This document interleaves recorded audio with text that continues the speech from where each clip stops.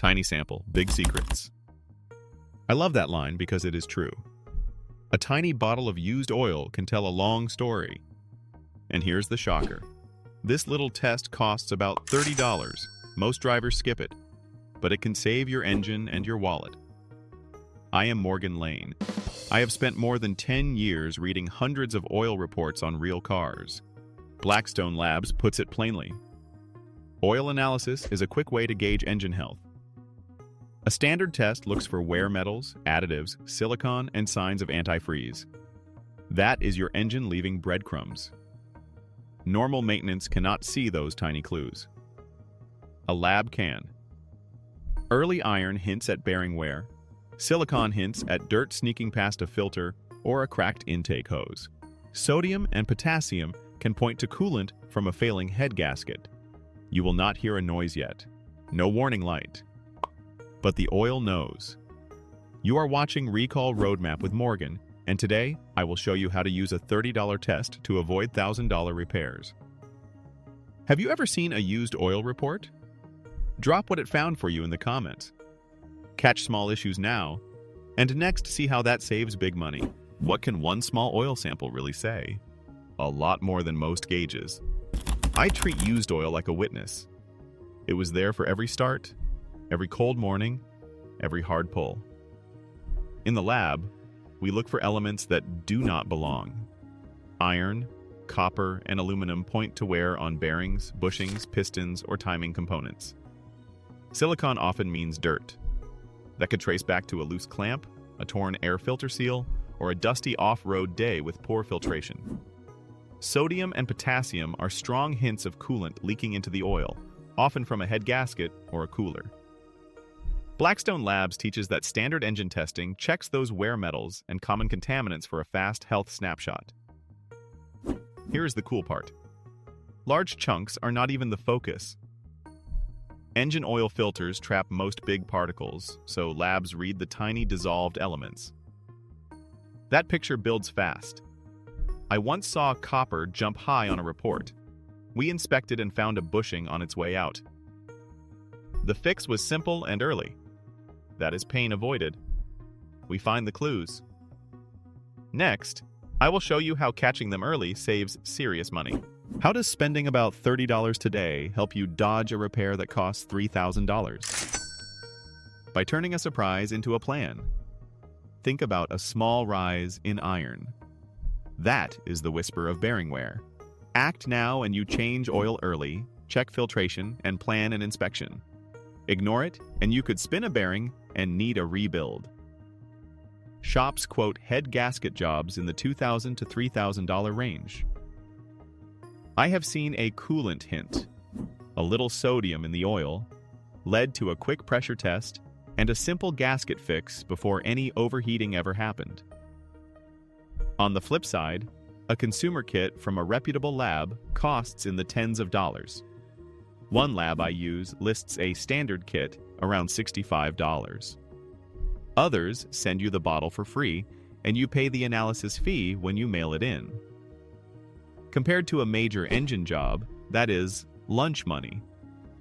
One prevented failure pays for many years of testing. Tens of dollars versus thousands only matters if you actually test. So let us get practical. When should you time your first sample to get real value? That is next. When is the best time to do oil analysis? I aim for moments when the data will change my next move. If I am buying a used car, I sample right away. It can reveal hidden fuel dilution or coolant traces before money changes hands. Near the end of a warranty period, I test to document engine health and catch anything that should be repaired on the manufacturer's dime. On a daily driver, I like to build trends by testing every 1 to 3 oil changes. That keeps the pattern clear without breaking the bank. Before a long road trip, a test is like a quick health check. It tells me if the oil is still in grade and if fuel or water is creeping in. When you fill out the lab form, add full details. Make, model, mileage, oil brand, and most important, engine displacement and the exact oil spec. That info helps the lab compare you to the right baseline. Now you know the timing. But if you collect the oil wrong, the data is junk. The next part shows you a clean, simple way to pull a sample the lab can trust. The test is only as good as the sample, so let us keep it clean and simple. Warm up the engine so the oil flows. Begin your drain or use a vacuum line through the dipstick tube. Do not grab the very first drops. Let it flow a moment, then take your sample midstream. That step avoids sludge from the pan and gives a fair picture. Use a clean bottle from the lab. Most labs need at least 50 milliliters, which is just a few tablespoons. A hand pump or a long syringe makes this easy and helps you reach mid-flow. Cap it tight right away. Label the bottle with your name, vehicle, mileage on the oil, total miles on the car, the oil brand and grade, and the engine size. Keep the bottle out of dirt and heat until you ship. Most labs accept mail carriers as long as it is sealed and packed per the kit. Double bag it and tuck it in the mailer. Simple, clean, done. Got your sample? Great.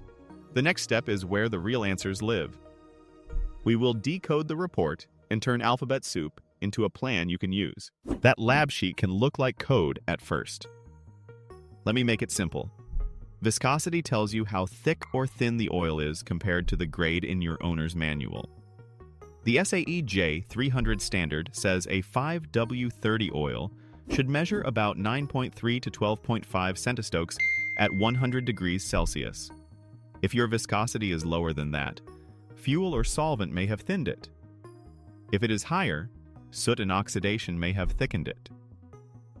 Fuel percent or the flashpoint points to unburned fuel in the oil. Short trips, rich tuning, or a leaky injector can push fuel up. Water percent is a red flag for coolant or moisture. TBN, the total base number, shows how much additive reserve is left to fight acids. When TBN drops low, protection fades. TAN, the total acid number, tells you how acidic the oil has become as it ages. Labs also list wear metals like iron, copper, and aluminum against normal ranges for your engine type. If this is helpful, hit subscribe to Recall Roadmap with Morgan, grab the free oil log, and set up your recall and TSB alerts. Now, numbers are good, but trends tell the story. One report is a snapshot. A row of reports is a story. I chart results over time because change is the clue. A single high iron reading might be a fluke from a dusty weekend. But if iron climbs sample after sample, that can mean a bearing or timing component is wearing faster than it should. Fuel percent is similar. Short trips in winter can push fuel up. If that number keeps creeping higher, it might be a lazy injector or a PCV issue. Here is a real pattern I saw. The normal car held steady. Viscosity sat near the middle of its grade. Flashpoint stayed high. Wear metals drifted low. The problem car showed flashpoint dropping by about 20 degrees Fahrenheit and viscosity sliding toward the low end of the grade. That trend led us to test the injectors, and sure enough, one was leaking. This is where a simple oil log shines. Record miles on oil, oil brand, grade, and the key values from each report. That way, any climb or drop jumps off the page. Spot the trend early, and you can act before damage sets in. Seeing a high value can be scary. Do not panic. Use it to guide action.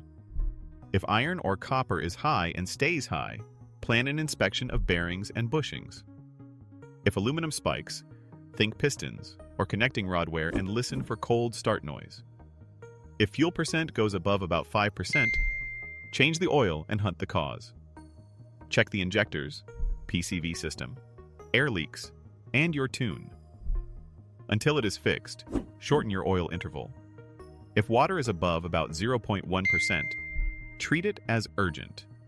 Pressure test the cooling system and check for a head gasket or cooler leak. If TBN has dropped by more than about 30% from your normal baseline, schedule an oil change and consider a different oil or interval. Most labs add plain language notes that tell you if a value is abnormal or just a blip. One odd spike does not equal doom. Confirm it with a second sample. Use the number to aim your next step, and you will save time, money, and stress. Actions save engines. Next, let us set real expectations about what this test can and cannot do. Oil analysis is powerful, but it is not a crystal ball. It only reads what made it into the oil. A snapped belt, a sudden electrical fault, or a cracked plastic fitting will not show up in a lab number. Labs stress that used oil analysis is best for trend monitoring. It is proactive, not perfect prediction. That is why I pair it with simple checks. Watch your dipstick level. Listen to the engine. Fix leaks fast. People ask about particle counts. For engine oil, labs do not rely on them much because the filter traps most big pieces and the tiny elements tell the story better. Also, do not overreact to one weird reading. A little dirt or a long idle day can nudge a value. Sample again and look at the pattern. Think of oil analysis like a regular blood test. It catches slow burn problems early, so you can act with calm and data. It cannot stop every surprise. Knowing that keeps you confident and realistic. Oil analysis cannot do everything, so let us choose a lab and plan costs wisely. All labs are not the same, and that is okay. Pick one that makes results clear and turns tests around fast. Some, like Speedy Agnostics, sell a standard kit for about $65. Others, like Blackstone, mail you a free bottle and you pay the fee when you send the sample. Total cost for a basic engine oil test usually lands in the range of tens of dollars. Some labs add extra options like particle counts or advanced fuel analysis. For most drivers, the standard panel is plenty. What matters most is a clear report, solid commentary, and consistent service. When you fill out the form, give all the details. Engine displacement, oil brand and grade, miles on oil, total miles, and how the car is used. The more context, the better the lab can compare you to similar engines. Also, check shipping rules and pack the bottle tight. Whether you pay around $30 or closer to $100, the data is worth it if you act on it. Choose your lab, build your trend, and drive with confidence. Now let us wrap and put your plan in motion. Today we used a tiny oil sample to find hidden engine clues. We saw how a simple low-cost test can spot wear metals like iron and copper, dirt entry through silicon, fuel dilution that thins your oil, and coolant traces through sodium or potassium. We learned when to test, how to pull a clean midstream sample, and how to read key values like viscosity, fuel percent, water, TBN, and TAN. We also saw why trends matter more than one snapshot, and we set clear actions for high numbers while staying realistic about limits. Owning a car is not just gas and go. It is listening to your oil's story and acting early. If you found this helpful, subscribe, grab the free oil log, and set up your recall and TSB alerts so you never miss an important update. Thanks for watching. Before your next long trip, what is the one number you would check first on your oil report and why?